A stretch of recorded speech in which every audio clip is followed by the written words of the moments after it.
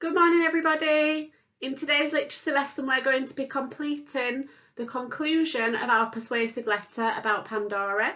Today, you're going to need a pen or a pencil, your exercise book, or if you choose to, you can type straight onto Seesaw. Okay, so to begin our literacy lesson, we're going to have a look at our spelling words first of all for this week. These will be the spellings that will be tested on Thursday. They are a mixture this week of words that we have covered throughout the year. It's a bit of a recap of some of the more tricky words with maybe an unusual pattern or something that can sometimes catch us out. So they're a bit of there's no specific pattern to each of them. They are just words that we may find tricky. Okay, our first word is immediate. And immediate, we can sound out immediate. But the tricky thing here is that it's a double M. Okay, the next word, sincere. Sincere. Sincere is an adjective to describe a personality or an action. If somebody is sincere, it means that they are really genuine and honest. We may also use it as an adverb, sincerely. She behaved really sincerely after she apologised. Okay, changeable. Something that is changeable is something that can change. The weather is very changeable in the United Kingdom. Now, it's important to note that the E in change remains, even though we're adding able. Okay, we're going to have a look at a time adverbial now, afterwards. Now, afterwards is the extended version of after. So we're quite confident with after, but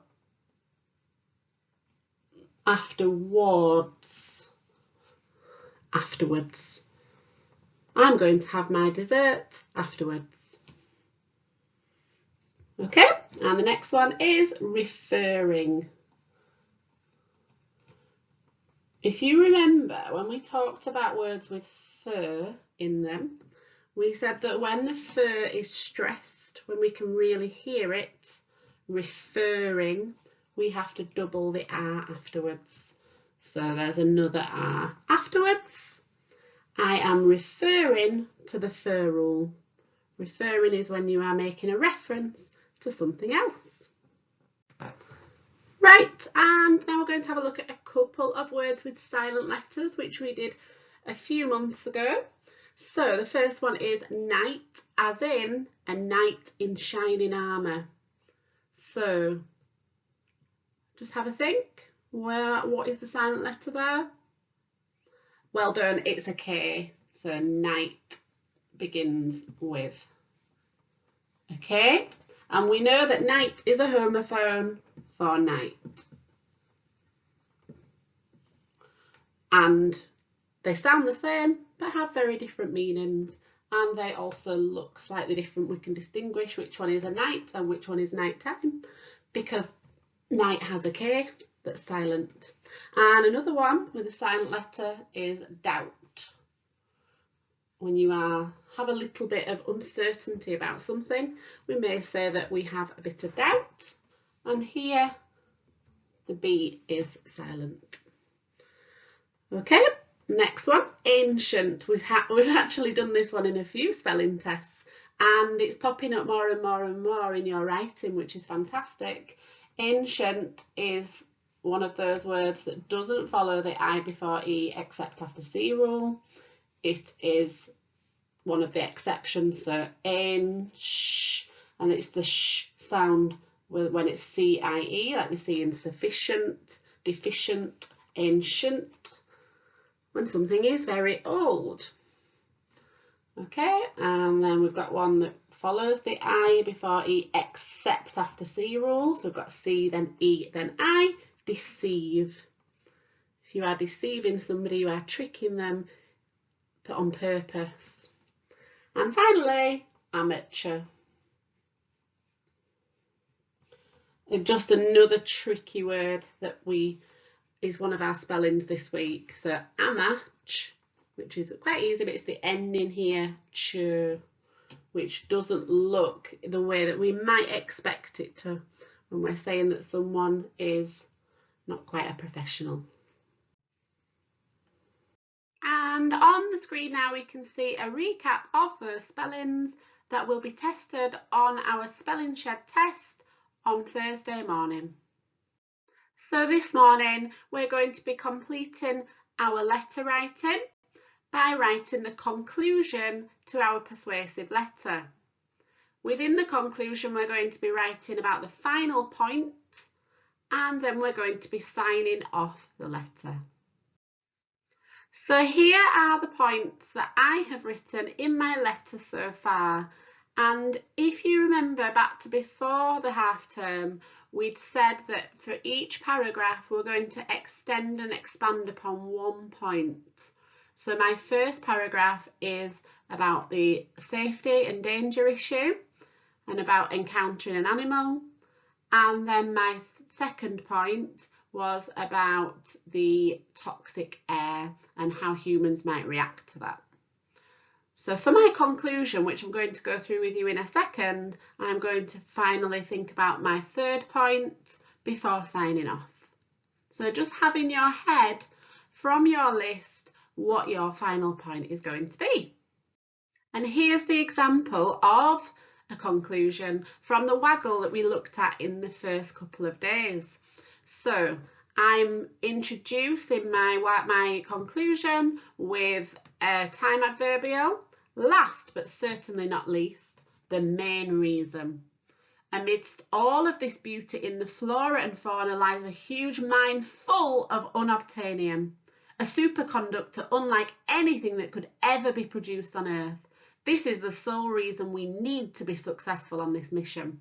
Should we mine a great quantity of this mineral and return it to Earth, we will be world famous. Our ancestors will talk about us in years, even centuries to come. We are 99% guaranteed to become millionaires. Can you afford to miss this once-in-a-lifetime chance? I cannot wait to hear from you, should your reply be positive.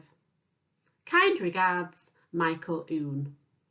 And as we know, this was about a positive, persuasive letter to try to make somebody to go. In my version, I'm actually doing the opposite of that, so trying to dissuade somebody from visiting, and that's what we're going to have a look at now. Obviously, your choice will continue from your points previously, so if you've been writing a persuasive letter that encourages people to go, you're going to continue with that today. And if you've been writing a dissuasive letter to try and stop somebody from visiting, you're going to be continuing with that today. Okay, so if you've still got it somewhere in your exercise book, it'd be really useful for you to refer back to your list of points. You can see from my points, I've talked about the savage animals already. I've talked about the toxic air, and now I'm going to talk about the dangerous mission, and I might also mention the length of journey time as well. I've actually read some really fantastic points from you about the length of the journey, and it's making me think that would be really persuasive. Okay, so you'll see on the screen that we've got a little checklist of things that we'd like to include in our conclusion today, and they are a time adverbial opener. It'd be fantastic to see capital letters for emphasis. Modal verbs, as we talked about just before the holidays, so think about those choices. Which is more persuasive, should or will, could or must. Adverbs and statistics. We want to leave the reader doing what you want them to do. We don't want any doubt in their mind now. Okay, so I'm going to begin with a time adverbial opener. I'm going to go for finally. A little bit like last but not least, I'm going to say finally, but most importantly. I don't want them to think that this point is not important. It's actually one of the most important points. There is obviously, there is obviously, because it's to saying, obviously, you know, how could we not even think about this? Great use of an adverb. There is obviously the risk factor. Okay. Oh, I'm going to think about these capital letters now. There is obviously the huge risk factor, and I'm going to put that in capital letters. There is obviously the huge risk factor.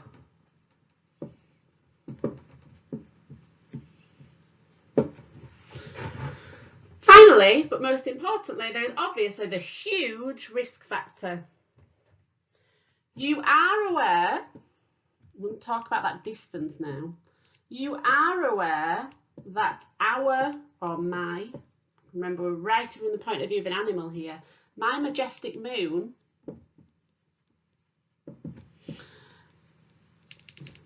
which is reminiscent of a painting, I could add, reminiscent of a painting.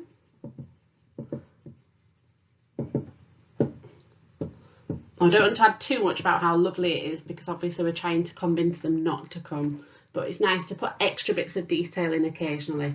You are aware that my majestic moon, reminiscent of a painting, is 4.4 light years away.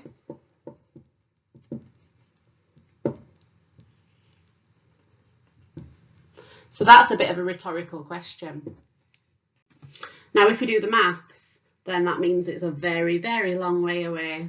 So we're going to include that. This actually means, great use of an adverb just to enhance the point. This actually means Pandora is 1.2 billion hours away.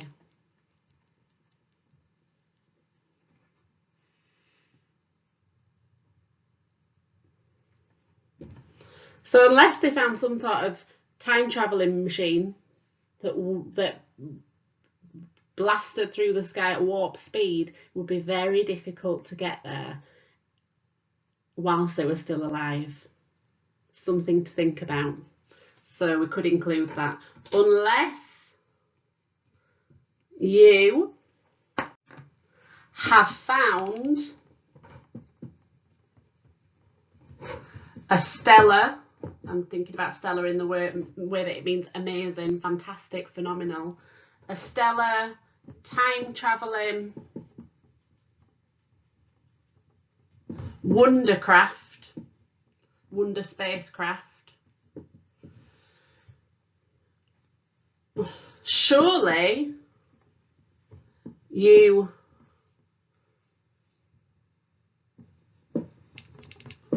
would not make it all the way here alive. We'll put that in capital letters as well.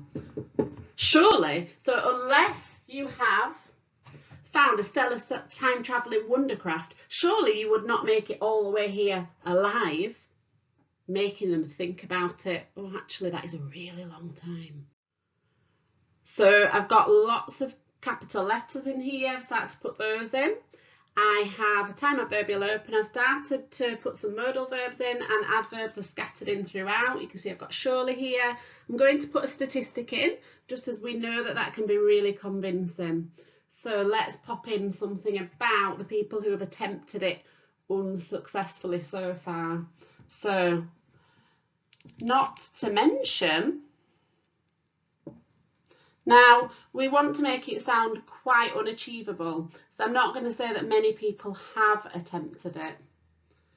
Of the 10 humans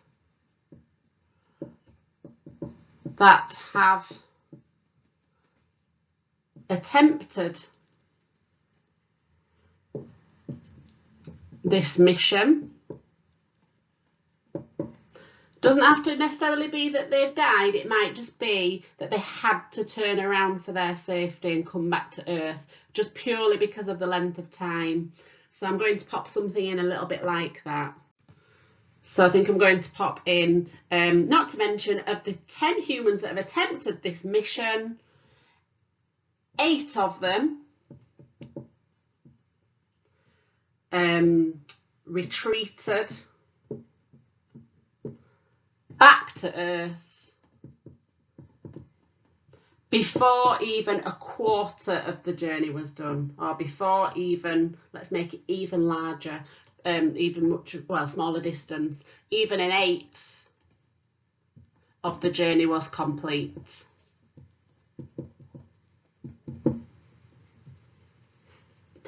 Before even an eighth of the journey was done, was complete. That needs an exclamation mark, because that was quite shocking. So 8 out of 10 people, only 10 people who've actually attempted it, 8 of them have come back to Earth before they've even got a tiny bit of the way there. Because actually a tiny bit of the way there to Pandora is a huge, huge amount of time because of the distance away that it is. I'm going to just make sure they're reconsidering now. So you must be reconsidering this idea now. So remember, we know it's lovely to leave on a rhetorical question, and after that we would sign off with something polite, so kind regards or best wishes, yours sincerely, because we know the name of the person we're writing to. If we don't know the name of the person that we're writing to, we would write yours faithfully and then your name. So that would be your animal name.